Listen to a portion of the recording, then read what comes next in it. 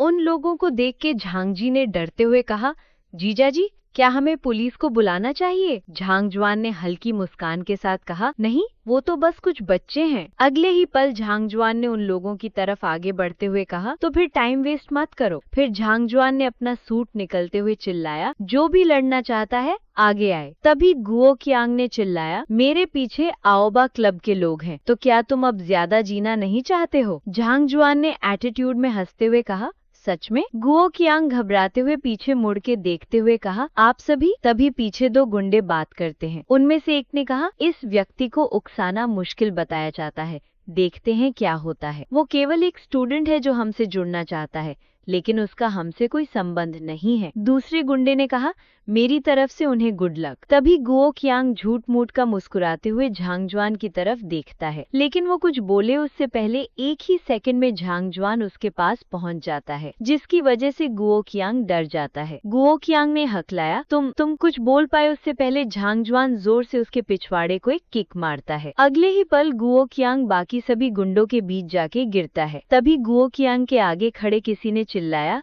हमारे आओबा क्लब में कौन गड़बड़ी पैदा कर रहा है? गुओ कियांग ऊपर नजर डालता है तो एक लंबा चौड़ा आदमी मुंह में सिगार दबा के खड़ा होता है। उस आदमी को देख के गुओ कियांग ने चिल्लाया, ब्रदर टाइगर। अगले ही पल गुओ कियांग उसके पैर पकड़कर रोते हुए चिल्लाया, ब्रदर टाइगर, मैं गुओ कियांग हूँ, तुम्हें बदला लेने में मेरी मदद करनी होगी। फिर टाइगर ने मुस्कुराकर उसके सर पे हाथ रख के कहा, चिंता मत करो, हम लोग हैं, कोई हमारी इंसल्ट नहीं कर सकता। फिर गुओ कियांग खड़ा होकर अपने मुंह से खून साफ करते हुए झांगजुआन की तरफ उंगली करके कहा, ब्रदर टाइगर आओबा का सबसे ताकतवर व्यक्ति है, तो अब तुम डेफिनेटली मारे जाओगे। झांगजुआन ने एटीट्यूड में कहा, मैंने तो उसके बारे में कभी नहीं सुना। झांगजुआन मुंह बिगाड़ते हुए सोचता है, आओबा क्लब के क्राइसिस के दौरान तो मैंने इस व्यक्ति को कभी नहीं देखा था। तभी एक टकला गुंडा भागते हुए आता है। टकले गुंडे ने हांफते चिल्लाया, ब्रदर टाइगर, ये बहुत बुरा हुआ, मैच शुरू होने ही वाला है। टाइगर ने चिल्लाया, क्या? टाइगर ने मुट्ठियां भींचते हुए चिल्लाया, वहाँ यूं ही खड़े मत रहो,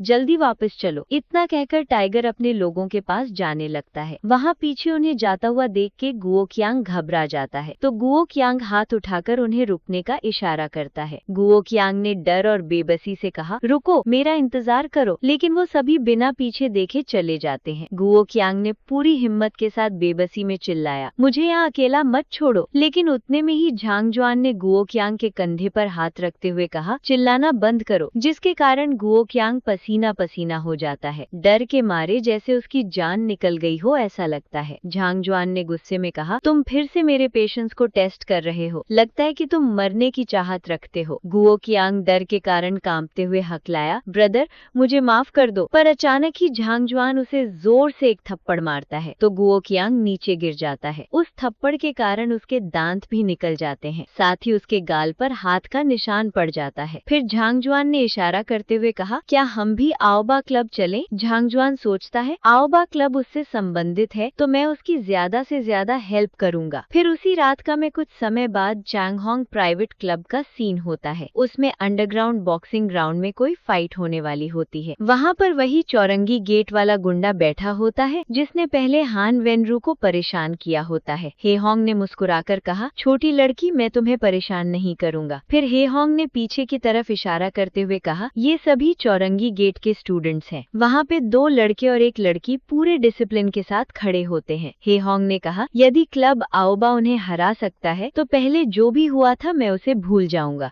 ये कैसा रहेगा? तभी एक बॉक्सर जैसे आदमी ने खड़ा होके कहा, वो हम बाद में देखेंगे। हेहोंग के साइड में हान वेनरू बैठी होती है। वो बॉक्सर उनके पास खड़ा होता है। बॉक्सर ने एटीट्यूड में कहा, मिस, इसे मुझ पर छोड़ दीजिए। ब्लैक थंडर का क्या हुआ? मैंने उसे पीट दिया। हान वेनरू हताश होते हुए कहा, यदि तुम जीत जाते हो तो तुम भविष्य में आओबा क्लब के दूसरे मास्टर बनोगे। फिर बॉक्सर बड़े ही जोश के साथ वहीं से छलांग लगाकर रिंग में कूद जाता है। वहाँ बड़े दिखावे से लैंडिंग करता है। इसी वक्त बॉक्सर खुशी से चिल्लाता है, अब मैं क्लब का सेकंड मास्टर बनूंगा। ये एटीट्यूड देख के बाहर सभी लोग चिल्लाने लगते हैं, वाह brother, great brother. Brother, tiger ने चिल्लाया, ब्रदर लॉन्ग यिंजो में हमारे चैंपियन है, वो फाइनली सबको हरा देंगे। फिर बॉक्सर हान वेनरू की तरफ उंगली करके चिल्लाया, ब्लैक लाइटनिंग, क्या ये तुम्हारे लोग हैं?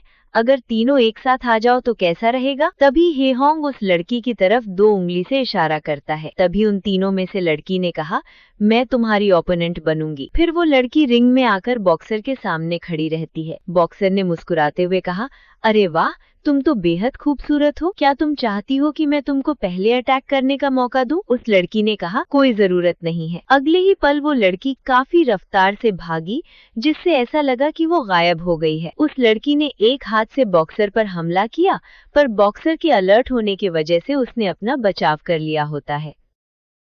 आज का अपना सफर यहीं तक का था। अब फिर मिलेंगे नेक्स्ट एपिसोड के साथ। Thanks for watching our videos. Please like and subscribe guys.